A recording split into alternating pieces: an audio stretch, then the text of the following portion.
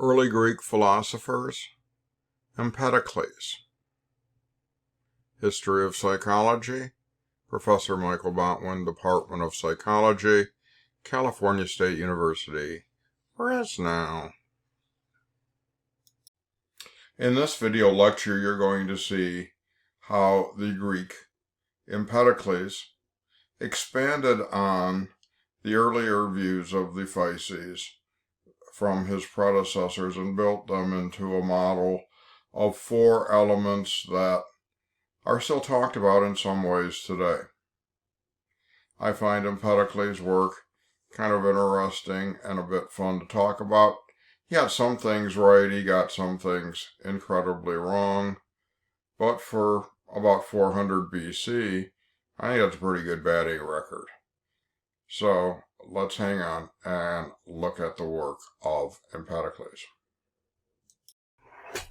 Now, old Empedocles believed that everything in the universe consists of four physes. He took the two existing physes, fire from Heracles, water from Thales, and added earth and air. He also believed that these four elements were part of the human body. Remember, we're still talking about the Greeks as being cosmologists and interested in everything in the cosmos, and believing that humans, in turn, are simply part of the broader cosmos. So earth is the solid part of our body, water, liquids, naturally, air, the breath of life or psyche, as we've already talked about, and fire, reasoning ability. So everything in the universe consists of a blend of these four elements. And these four elements continue to influence our view of the world. And we can't forget that we are essentially made of these elements, these elemental things. Maybe not these four per se, but we are a series of basic elements. In 2013, one of my favorite biologists, Dr. Neil Shubin, who wrote a book that profoundly affected me called Your Inner Fish, published a second popular book. And that book is The Universe Within. And in The Universe Within, Shubin makes a case that we are all part of the universe because we consist of elements that go back to the Big Bang. And he talks about all the chemicals and minerals and other such things that are in our living body that are part of the cosmos. So this idea doesn't really go away, and I find it amazing that Empedocles put it forth thousands of years ago.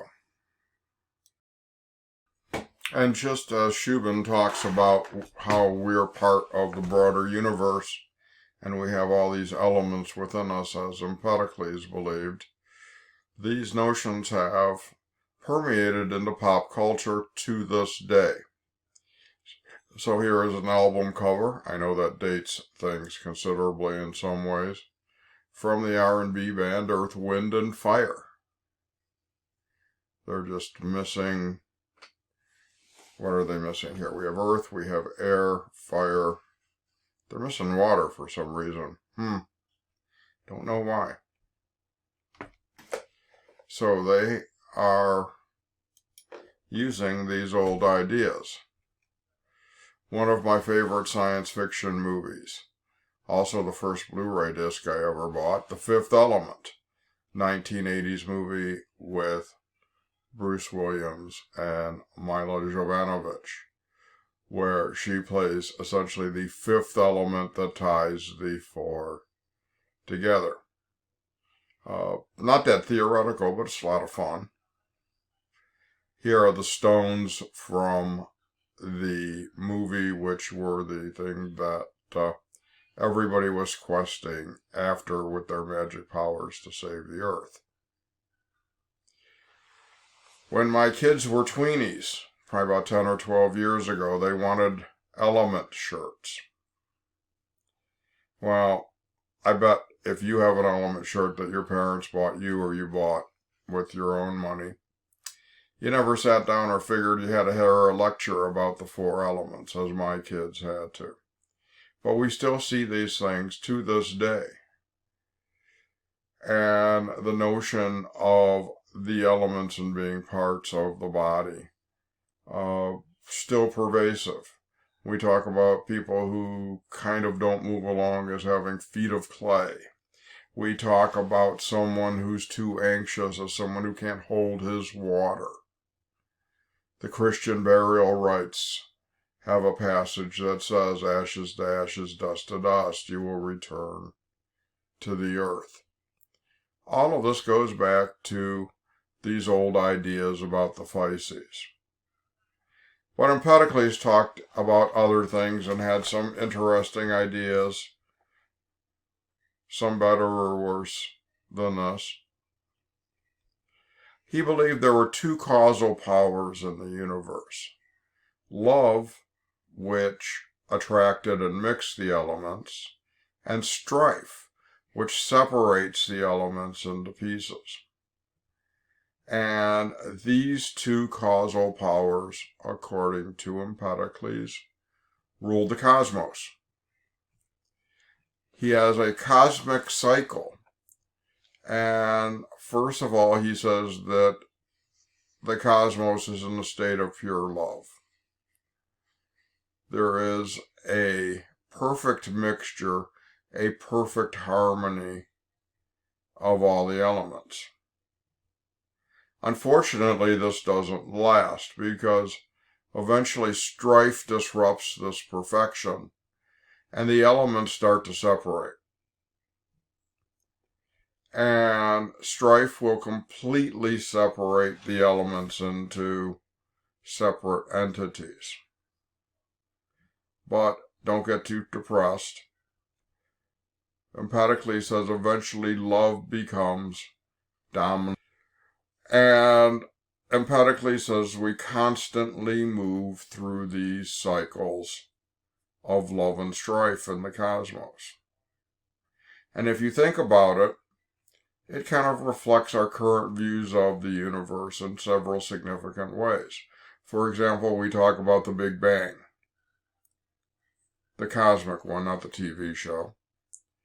And according to theorists, the physicists say that at one point in time the universe started off as a singularity, where all matter was packed solidly into a single point in time and space.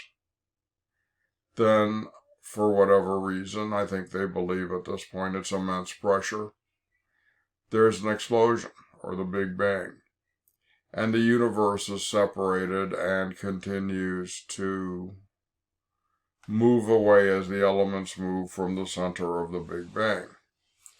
Now, the physicist will tell you that the universe is still expanding. And it is moving out and moving out. But eventually, it'll reach a point where it ends its expansion and slowly begins to compress until you get that singularity again. So, maybe not in terms of physics, but in love and strife, Empedocles kind of got that one right, too. And he just was thinking about stuff. He didn't have massive physics, telescopes and cyclotrons and all that kind of stuff to get at these answers. Now, Empedocles also had some ideas that didn't work well. For example, his notion of perception. He believed that each of these four elements was in the blood. And in our blood, there are also these images that he called idolai, or emanations. And those Idoli matched everything in the known universe. He believed sensory information entered the pores of our body, then the blood, and the Idoli match the elements of the blood. And by this matching of these two objects, the Idoli and the image of it in the blood, we perceive things. So the important thing here is that there is a matching of internalized copies of external influences, which means we have all knowledge within us, which is going to become a major philosophical idea as we move down the line. Empedocles, I think, got it a little bit more correct with his notions of health. He believed health is a balance of the four basic elements. And illness results from an imbalance in the body of the four physes. Something is out of whack because everything should be well balanced in the universe. If you think of the word we use for being sick or having some syndrome, dis-ease, it's being out of ease, out of that homeostatic state. That is what I said on this slide. He had a weird idea of evolution. Keep on hopping between his good ideas and his kind of strange ideas. He believed that all life developed out of this initial state of love and strife. And animals were formed by random combinations of all the different potential pieces of animals floating around in the world. And many types of organisms developed by the mingling of these different body parts. Most of these random combinations were incapable of survival and died. Only those viable unions did survive. Here are some of Greek mythic monsters that represent some of the weirder unions that the Greeks speculated you could have based on Empedocles' ideas. So we have this horse human guy. I believe that's a centaur, I'm not sure. Here's a minotaur, a bull's head in a man's body. Here is a half goat, half man. And finally we have a bird and a person, and the Greeks would call these harpies. So these unions survived for a while, but they didn't survive forever, according to Empedocles' theory. Interesting, but not very right.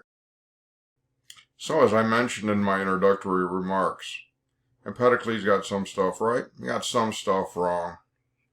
But I think for the time he was a profound thinker and had some interesting ideas about how the cosmos works that still are part of pop culture and in a way science to this very day.